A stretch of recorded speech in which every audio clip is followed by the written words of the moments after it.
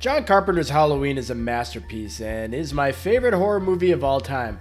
Now, admittedly, that is not a hot take, and there are likely thousands of videos saying the exact same thing. But here's the thing about me, when I love something, I will poke and prod at it and really analyze its strengths but also its weaknesses. So I'm going to review this movie looking at 3 of each. Just a heads up, I love this movie, so my strengths are going to probably be very broad and all-encompassing, and the weaknesses are going to be very nitpicky. But before I do that, let's do a quick recap of the movie.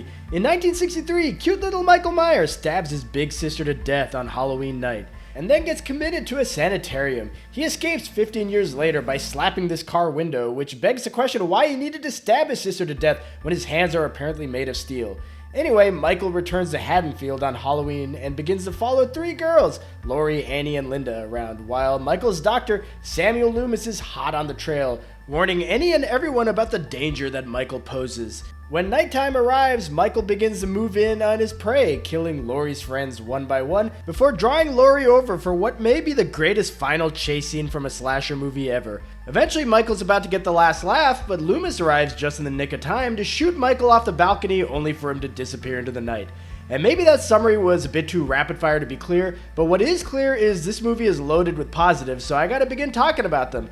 And I can't start anywhere other than the incredible atmosphere, particularly the sense of stillness that John Carpenter brings to the film with his direction. For the entire runtime, we hold on images and shots for an uncomfortably long time, and it still unnerves me 30 years after I first saw it.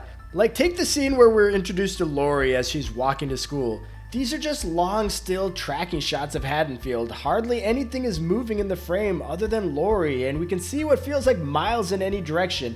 And everything just seems so normal, but it doesn't feel normal because the way the camera frames Laurie in these shots, she's so small and vulnerable and she's the only thing really moving. It just gives off this sense that she's walking towards something horrible and inevitable.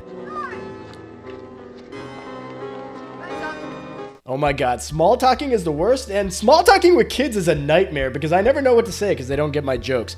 Apparently Michael doesn't know what to say either because he just stops and stares at Laurie.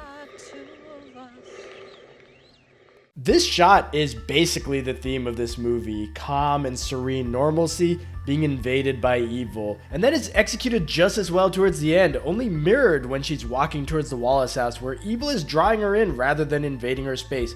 And we know Michael's in that house, so the entire time Laurie's slowly walking to the house with the camera barely moving, I'm like clenching my fists and like digging my heels and trying to will her to stop. And that sense of stillness is pervasive throughout the movie. Hell, the opening credits communicate this theme as well. It's a normal pumpkin, and then the camera just starts slowly pushing in closer and closer until we're forced to see all of the blemishes on the pumpkin. Kind of how Michael tends to observe the blemishes he puts on his victims. And so not only do we have stillness in the camera work, but Michael himself embodies stillness to an unnatural degree. There's a reason that the script calls him the Shape. Michael is always around. Sometimes we're right there with him, but when a character or the camera does linger on him, he's basically motionless and never in clear focus, and that stillness gives this very human guy this very inhuman vibe. And the scene that best captures this is the one where Michael stalks Annie, because the entire time Annie's oblivious. She's doing her own thing. She's doing her laundry, she's talking on the phone, she's getting her foot caught somehow, and all the while the Shape is materializing behind her or in the periphery, where he's always out of focus and nearly motionless. And it really gives off this vibe of a predator circling its prey. It's brilliant, especially when you couple it with some of the things that Dr. Loomis says. Watched him for 15 years, sitting in a room, staring at a wall, inhumanly patient, waiting for some secret, silent alarm to trigger him off. And when he does get triggered off, Michael's movements are almost graceful. He doesn't merely move, he glides through the screen, like something elemental and primal.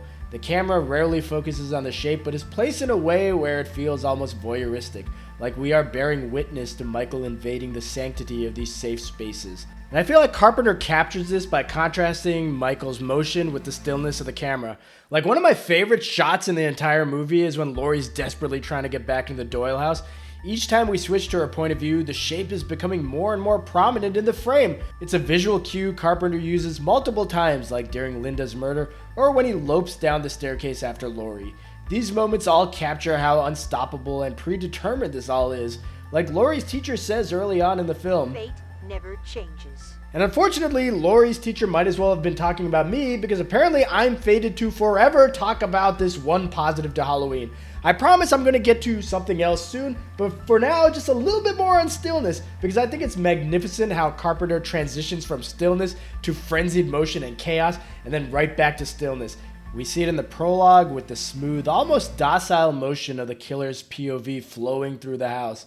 Then when the attack occurs, all we see is the frenzied motion of this knife, which admittedly is a bit of a cheesy shot. But then we finish with this protracted image where it dawns on us what just happened. And Carpenter repeats this pattern for Annie's murder, only ratcheted up like 10 notches. Like immediately preceding her death, there are all of these long shots just tracking her around the house, through the house, standing at the mirror, walking by the laundry room. And during all of this, the only thing we really see moving is Annie. No keys. And then just as she and the audience realize, wait, this car shouldn't be unlocked, Michael jumps out and latches on like a vice. But her death is not a quick one because there is a long struggle here and it's almost like a feeding frenzy. Then once Michael realizes, shit, I kinda suck at strangling, he whips out that knife and then everything just goes still. Then later, we've got another perfect ballet between the almost leisurely pace that Bob searches for beer to the sudden frenetic motion of Halloween's most violent moment. But then that transitions back to terrifying nothingness as the only movement on screen is Michael tilting his head with childlike curiosity. And this is all handled similarly to Linda's death, but I'm not going to show that one because there is nudity and it's hard to edit around nudity, so I just have to ask you to trust me. I do want to point out that it is great that the first time we get a good clean look at Michael's mask is when he slowly moves into frame after the frenzy has subsided. And even though I'd like to delve into why that mask is so effective in this movie and why it's integral to the success of the film, I'd rather devote that time to defending someone who really gets a lot of shade thrown at him. It's this guy, Judith Meyer's boyfriend, because me mentioning Linda and nudity reminded me of the prologue of Halloween and how these two go and do the deed for all of maybe 90 seconds, and this guy just gets a lot of crap for that, but I think it's actually thematically in sync with the rest of the movie. Like we start off downstairs and it's nice and romantic and almost tranquil as they go upstairs, and what happens next is off camera so we don't witness any of it, but I suspect it went something like, hey Judy, let's do this thing, and then it's like, blah! And then they come back down and everything's back to normal. He's just slowly putting his shirt back on. Everything's back to stillness. That is Halloween in a nutshell. And the entire movie is structured like this. It's all still calmness as Carpenter slowly and methodically builds tension, with Michael silently watching the characters from afar. Then when night falls, Michael springs into action, and that's when the chaos unfolds, with the action being largely bloodless but terrifying in just how frenetic things get. Then after Loomis shoots Michael 6 times and goes to check on his body, Michael is gone. And we're back to stillness as we get a series of shots of the places Michael's been. And things look almost normal, but with a sinister twist, because all of that normalcy has been horribly and permanently violated, signified by Michael's omniscient breathing. But that ending does highlight a minor flaw to this movie, which is actually my first negative. A tiny lack of polish that sort of calls attention to the fact that this movie was made on a shoestring budget with an incredibly aggressive schedule. Case in point, this shot where the knife is clearly just lying there despite Michael using it later, and this shot where if you look closely, you can see Michael carrying Annie off to the side. And don't get me wrong, I don't actually mind these two shots. That lack of polish is fine. I mean, my dog is barking, so that's kind of unpolished for me as well. But it highlights something that I wanted to call attention to because the lack of polish really screws up one specific scene. Michael? But that's the scene where it's revealed that Michael was a kid when he killed his sister. How could that be unpolished? That's beautifully directed and acted. I mean, look at that. Oh, the mother puts her hands in her pockets like this is no big deal.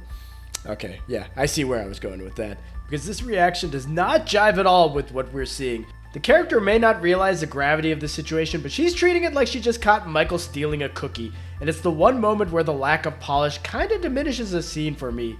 Then again, it's kind of par for the course for Halloween, because this movie is filled with weird clothing related moments. Like Judith's boyfriend took his shirt off for all of 20 seconds, Michael disappears because he's surrounded by laundry, Bob wants to tear everyone's clothes off, Linda wants Bob to tear her clothes off, Michael takes the time to hand make a costume for Halloween, Bob wears these hideous glasses, Michael wears these hideous glasses, Michael stabs Laurie's shirt instead of her flesh, the list goes on. I mean, why is Annie tearing her clothes off here so frantically? No, I just made a mess of myself. I gotta call you back. Oh, yuck! Lindsay, I need a rope. My guess is that Nick Castle actually knocked over this planter here on purpose to draw Nancy Loomis's attention and ask her, why are we doing this? Because it's just butter. It's not that big of a deal. It's such a weird scene. Oh, shit. No. I just made a mess of myself. I'm going to have to finish this video later. Oh, yuck. Lindsay, I need a robe.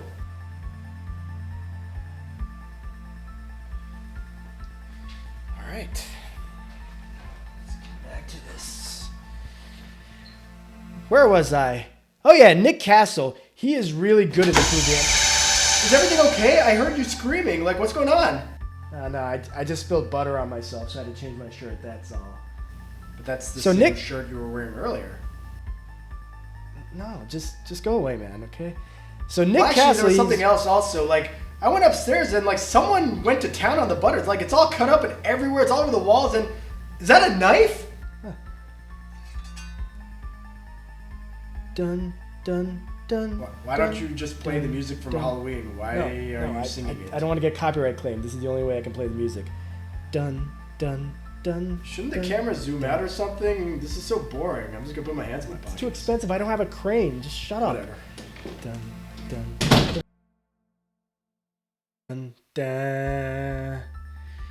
All right. I think that went pretty well.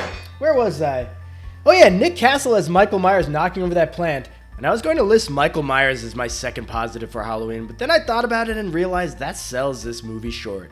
Michael is incredible in Halloween, but in my opinion, as great as Nick Castle is, it's Dean Cundey's cinematography and John Carpenter's direction that really elevates him. Like when 9-year-old me saw this movie, he loved Michael, and he loved him more than Jason and Freddy, but he couldn't really tell why it was he loved Michael more than them. Like, he didn't know anything about themes of evil invading normalcy or the stillness of the camera or any of that stuff. But what he did know is that this movie has some of the most beautifully crafted individual shots that he'd ever seen. And now I'll switch back to first person. That I've ever seen. Like this one. For about 10 minutes, the question is, where is Michael? How is he going to make his appearance? And then to see him slowly emerging from the inky black. It utterly wrecked me as a kid, even though I'd seen the similar shot from Halloween 2 first. And then how about this one? Like, before Michael even gets up, there's already this feeling of Laurie being trapped because of the shadows on the side of the frame. And then when Michael does rise, it's so painfully slow and methodical, and the music waiting a beat is the icing on the cake. Part of what makes these shots so impactful is the omniscient point of view. It's a common misconception that this movie is loaded with point of view shots, but really it's just the first 3 minutes. After that, unless I'm mistaken, we don't get a single POV shot. Like when we're with Michael, we're always just off to the side. We're behind his head, we're behind his shoulder, we're watching his shadow, or our eyes are adjusting to the light. Like when he's stalking Annie, it's always from a slight angle where we're almost stalking the stalker, and this just feels more meticulously crafted. Like the Halloween sequels use POV shots pretty effectively, I'd say. Like Halloween 2 uses it quite a bit, and so does Halloween 5 and a few others, but eventually it feels a little bit lazy.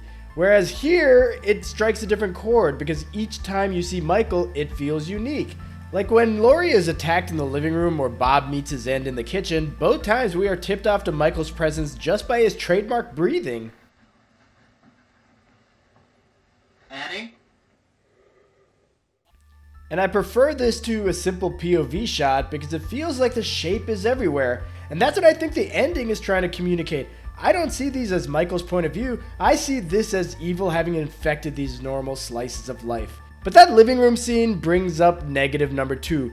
Why does Michael suck so bad at killing Laurie? Like, he's got her cornered behind that couch. He's not even looking, and he just plants it in the couch behind her? Like, what the hell? And then earlier, when he materializes brilliantly, I might add, out of the darkness next to her, he then again just misses. Like, he slices at the air and barely grazes her shoulder? Like, why? Why not just reach out of that darkened room and poke her with the knife? I mean, imagine how silly the end of Halloween 2 would be had Michael not learned this lesson. I mean, I guess it makes some sort of sense. He showed in the prologue that he has this bad habit of looking at his hand when stabbing things, which could explain his terrible aim. Also, Dr. Wynn had a very good point when arguing with Loomis about where Michael was going. Sam Haddonfield is 150 miles away from here. Now, for God's sakes, he can't drive a car. That line is fine, but maybe he should have said, for God's sake, Sam, that car is a manual transmission. He has shit hand-eye coordination. He's gonna break the transmission or grind the gears or something. Well, maybe that is exactly what happened, because Michael does go after a mechanic. And maybe Michael wanted to get the car fixed, and he was trying to shake the guy's hand. He's like, hello, sir, and he accidentally stabbed him in the chest because of his hand-eye coordination issues. I don't know. I'm making a mockery of Michael's character, which isn't my intention because he is incredible in this movie, as are almost all of the characters in Halloween, which is my third positive. Some of them are shortchanged, like Bob, who basically gets nothing, and Marion Chambers is alright, despite her not being named in this movie and her being a permanent reminder of this dumb scene from Halloween Kills. This is for Dr. Loomis.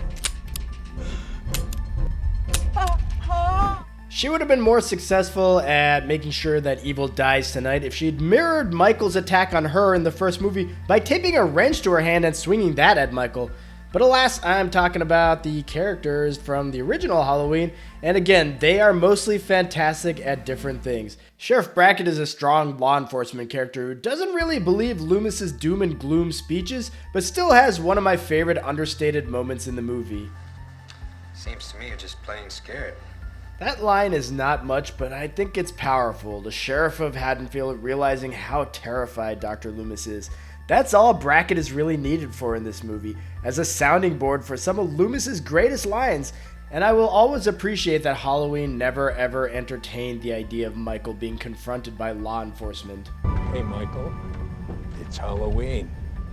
Everyone's entitled to one good scare. Okay, this review was supposed to be 3 good things and 3 bad things about 1978's Halloween. Not 3 good things and 3 bad things about Halloween, and then 2 random bad things about 2021's Halloween Kills.